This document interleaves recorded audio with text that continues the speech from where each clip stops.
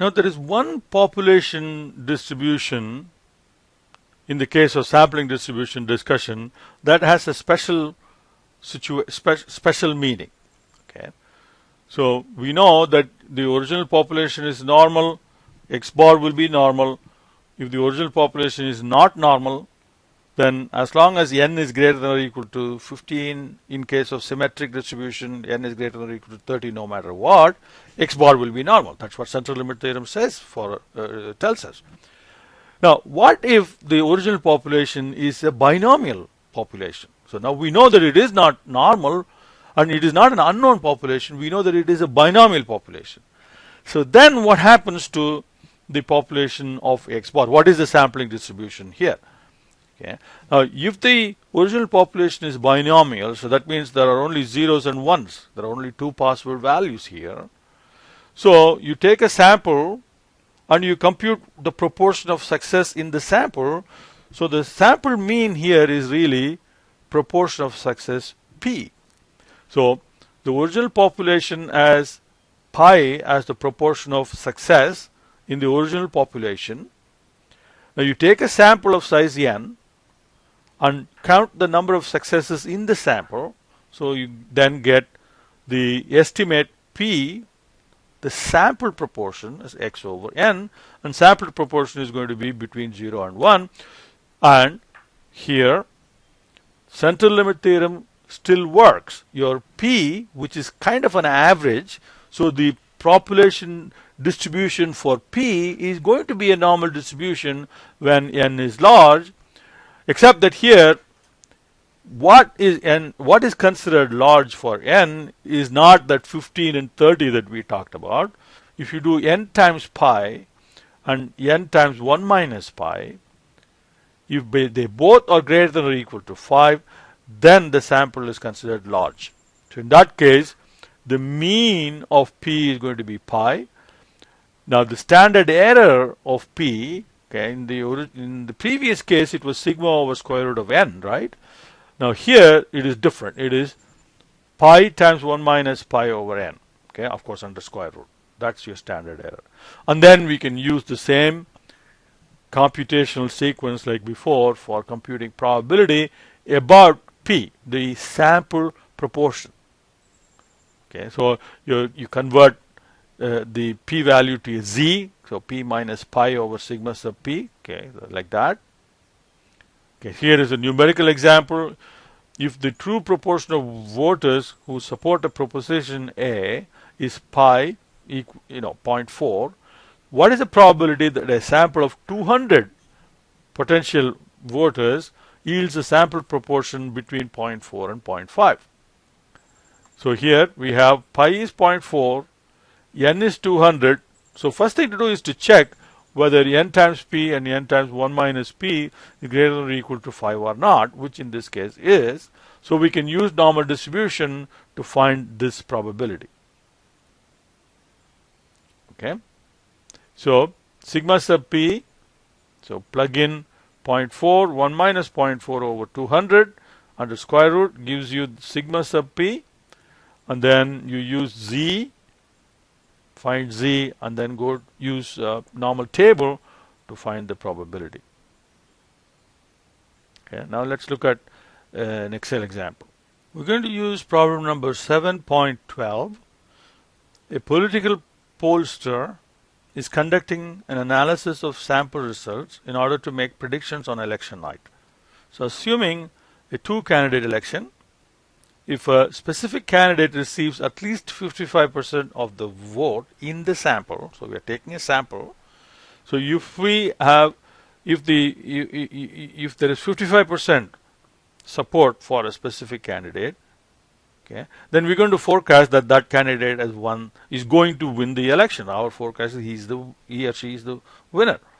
Now, if you select a random sample of 100 voters, then what is the probability that a candidate will be forecast as the winner, okay, when under these conditions? If the population percentage of her vote is 50.1, if pi is 50.1, then what is the probability that in the sample the favorability will be 55%, because if it is 55%, we're going to declare her to be the winner. Okay. And then what if the population pi is 60%? What if the population pi is 49%? Okay. And what happens to these computations if the sample size is 400 instead of 100? So initially we'll make the computations based on n equal to 100, and then with n equal to 400. Okay. Sample size is 100. Okay. Winning sample proportion is 0.55. Okay. So the first pi is 50.1. 0.501 is the value for pi. Then mu sub p is the pi itself. Sigma sub p is square root of, right, pi times 1 minus pi divided by n.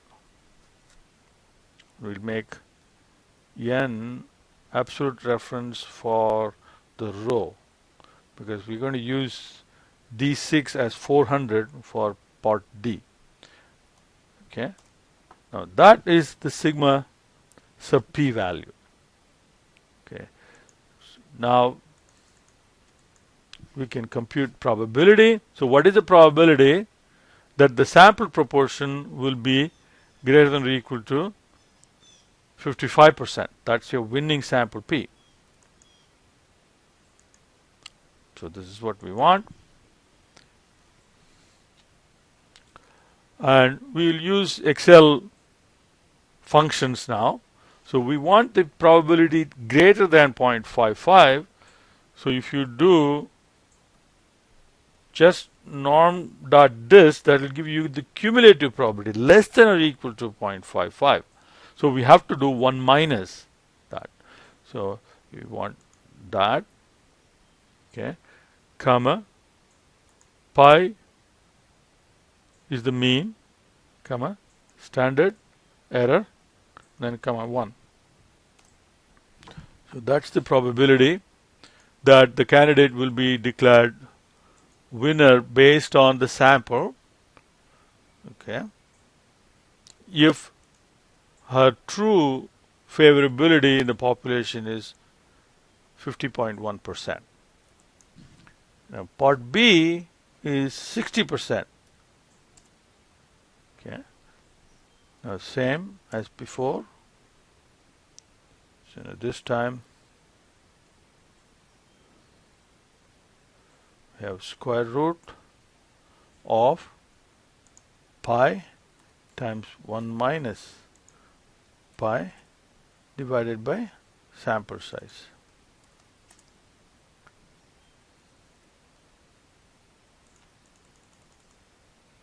Okay, so now we want same probability as before, so we have to do 1 minus norm.dist of, again, the sample having 55%,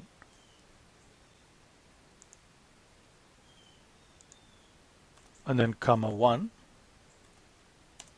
will give us the probability. So if the true support is 60%, then the sample will have at least 55% support with 84.6% of the time.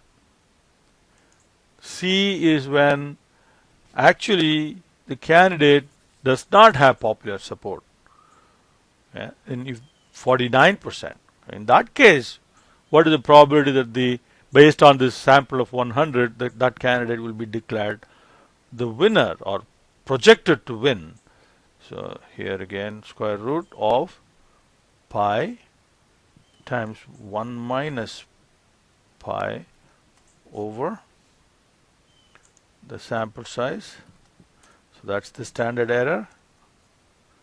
Okay. And the probability now, it's again same. We can copy this formula here.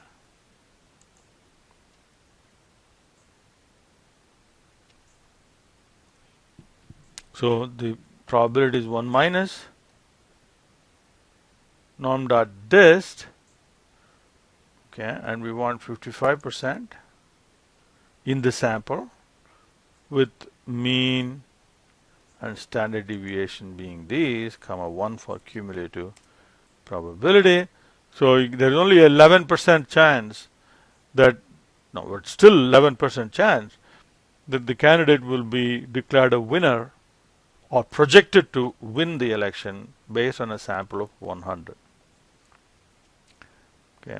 So now what if the sample size is 400? Okay. And we can now copy the entire column because we have set it up relatively. So all the formulas will work now for column D. So let's make sure that that is so. So 0.5, okay. All of them are okay. Okay, now you see that the probability, okay, when you increase the sample size, okay, the probability gets more accurate.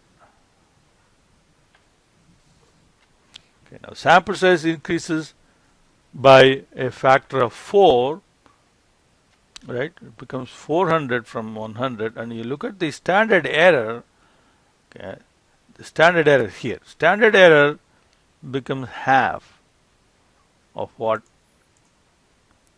it was originally. So it goes down, but it goes down at a slower rate. So increase the sample size by a factor of 4, decreases the standard error by a factor of 2.